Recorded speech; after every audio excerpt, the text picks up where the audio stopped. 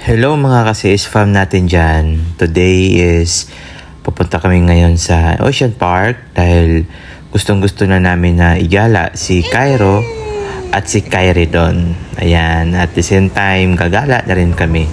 So napakahaba ang pila nito kaya tiis-tiis lang muna kasi hindi kami nakabili ng ticket sa online kaya tiyaga sa pila habang si Cairo ay laro ng laro at gusto nang pumasok dyan sa loob pero dahil wala pa kaming ticket ay hindi pa kami nakakapasok or makakapasok. So ayan, pasok na kami sa loob kasi gustong gusto na ng isa at ang init sa labas, grabe, sobra. Kaya kahit kami ay gustong gusto na rin talaga namin pumasok, kaso nga lang ay walang ticket, kailangan pa bumili. So pagkapasok nga namin ay kain muna kami kasi alas 12 na, sakto kasi ang traffic, grabe. Galing kami Antipolo papuntang Ocean Park, Manila. Inabot kami ng 3 hours kaya kain muna. So after kain, ayan, pumasok na kami sa entrance. Kasi yung isa ay atat na at ayan, nakatali na nga siya kasi talagang hindi mapakali, panay takbo ng takbo kahit saan. Tapos ako naman habol ako ng habol. Kaya ang ginawa namin dyan ay tinalian na lang siya kasi bumili kami ng pantali dyan eh. Nakatali sa kamay niya at the same time nakatali rin sa kamay ko. So yan nga, habang nag-aantay nga kami dyan, si Kyrie pinibidyo-bidyuhan ko na rin kasi sabi nung mama niya ay kukunan ko rin silang dalawa nung ate niya ng video. So si Kyrie gustong tanggalin pero yung tali pero hindi namin tinanggal yan. Kasi pag tinanggal namin yan, ayun, talagang takbuhan na naman ang labas. So, ayan na nga, nakapasok na kami. Amis ako dyan, no? Parang baliti. So, si Cairo din, amis din sa unang kita niya. Actually, nag-high pa nga siya dyan sa isda eh, nung nakita niya. There's one here. Ang diliit man yan. Small fishes. Look. Small fishes. Okay. Dahil sa love kasi mas matutuwa siya doon. You see that, Nak? Come here! Come here! Come here! That's koi fish.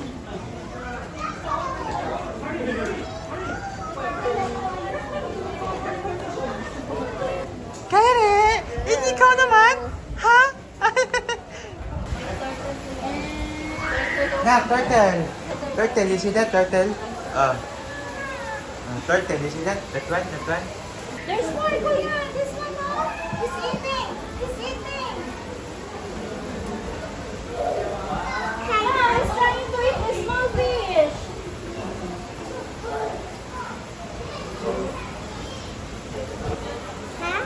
Hi! Hi, let's go.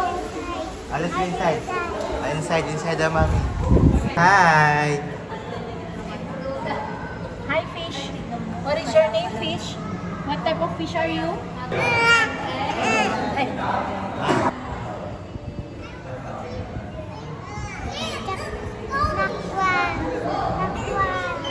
What's that? Fish. I don't know what type of fish it is.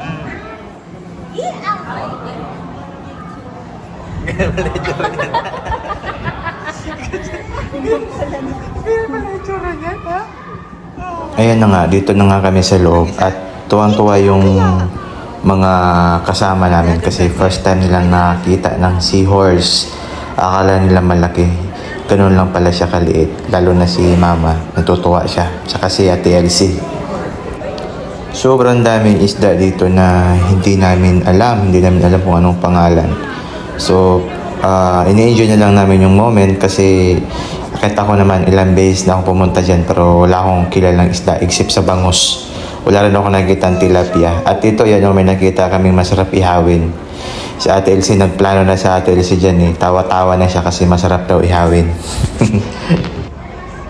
Submarine, Daddy. Ha? Submarine. A submarine! Alam nyo. It's a submarine and you? That's a submarine? Wow. It's good that you know, yeah. You're good. Wow!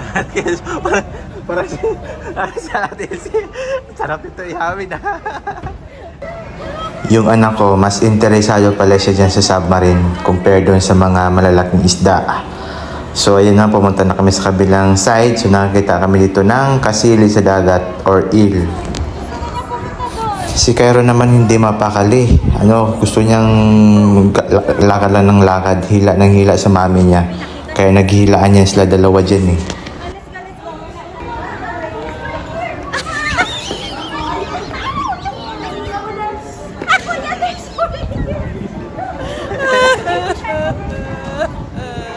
Ikaw, Cairo eh? Ikaw ba nag-enjoy na? Gusto niya niyang pumasok dyan. Picture tayo dito. Picture.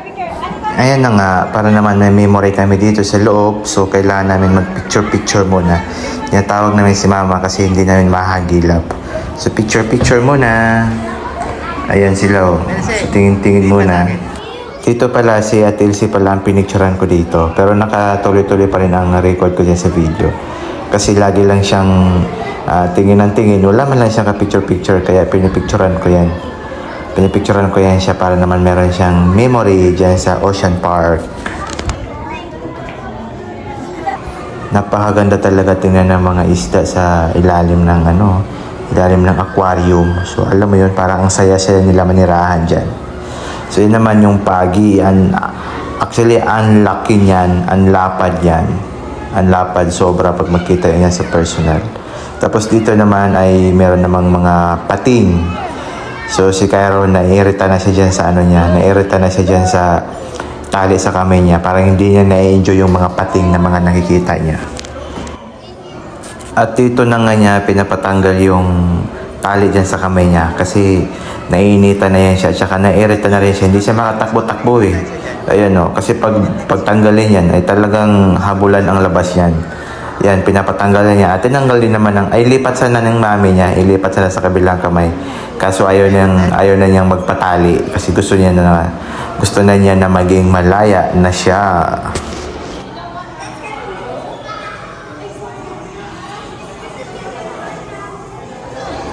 Paglapag nga ng mami niya dyan sa sahig, ayan, bigla na lang silang dalawa na wala. Yan, naghabulan na pala. So, enjoy lang ang moment.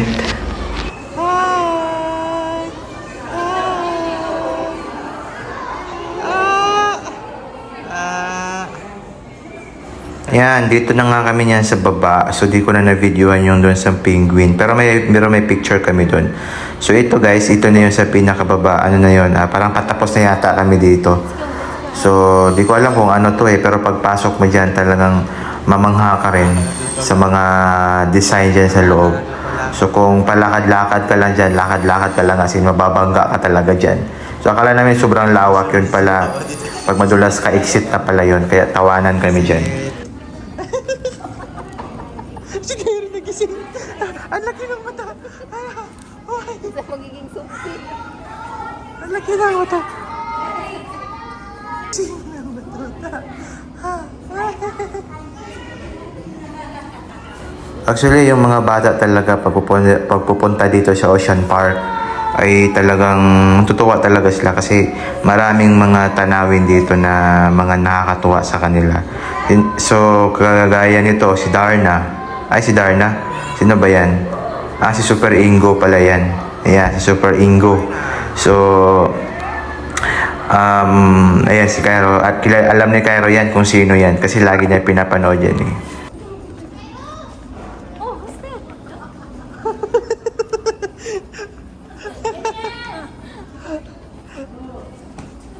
Nagulat nga pala kami dyan kasi may biglang tumawag kay Cairo. Yun pala si Ate Elsie. So, ayan, palabas na kami. Si Cairo charge siya, no? Ang laki ng mata niya, no? Gising na gising. So, andito pala kami ngayon sa jellyfish.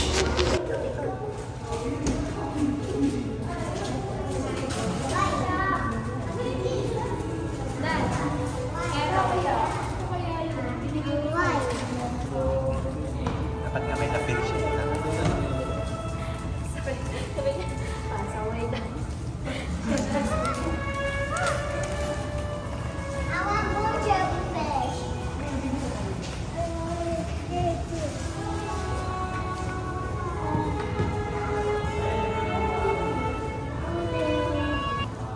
Wow!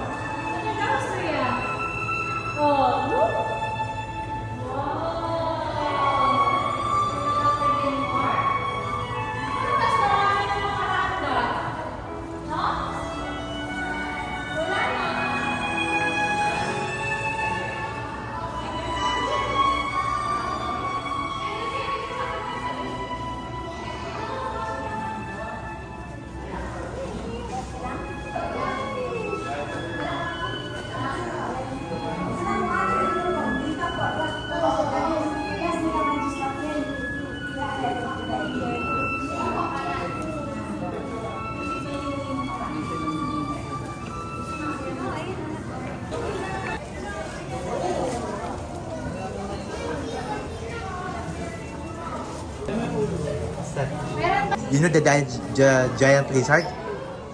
Huh? You know that? A giant lizard? That one. Yeah, hey, no, this is a iguana. Say iguana.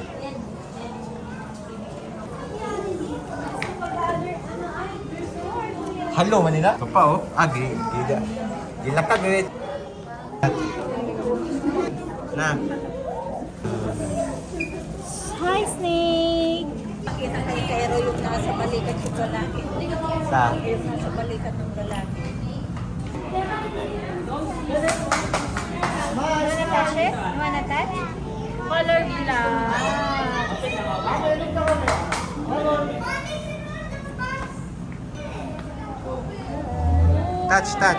Touch. Say hi. Patapos na pala kami dito. So, lumabas na kami niyan. Kaya ko ginawa tong video na to para magiging alaala to ni Cairo na paglaki niya ay hindi niya makalimutan na nakapunta din pala siya dyan sa Ocean Park nung bata pa siya. So, napakasaya lang sa pakiramdam bilang isang magulang na napapasaya natin yung ating anak kahit sa paraan lang na ganyan. Marami mga bata na gustong makapunta sa Ocean Park pero hindi nila kaya or hindi nila nagawa. So magpapasalamat tayo dahil binigyan tayo ng blessing sa taas at nagawa natin yan. Napapasayahin ang ating mga mahal sa buhay. Hindi lang naman din para sa atin yung biyaya na yun, kundi magagamit natin yon para mapapasaya natin ang ating mga mahal sa buhay, lalong-lalo na ang ating anak.